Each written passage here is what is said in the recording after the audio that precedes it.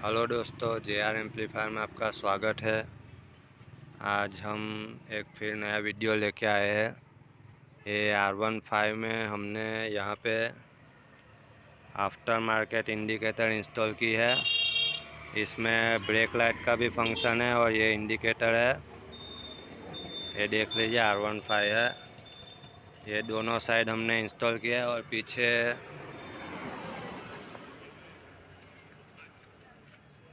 ये वाला इंस्टॉल किया है।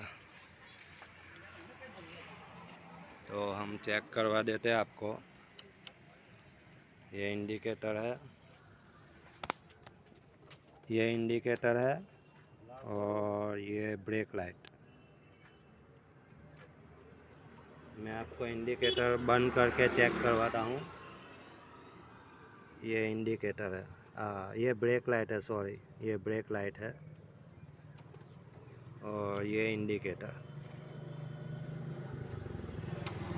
तो दोस्तों, आपको ये वीडियो कैसा लगा कमेंट में मुझे ज़रूर बताएं। ऐसे ही नए वीडियो देखने के लिए हमारे चैनल को सब्सक्राइब करें, लाइक करें और शेयर करें। Thank you.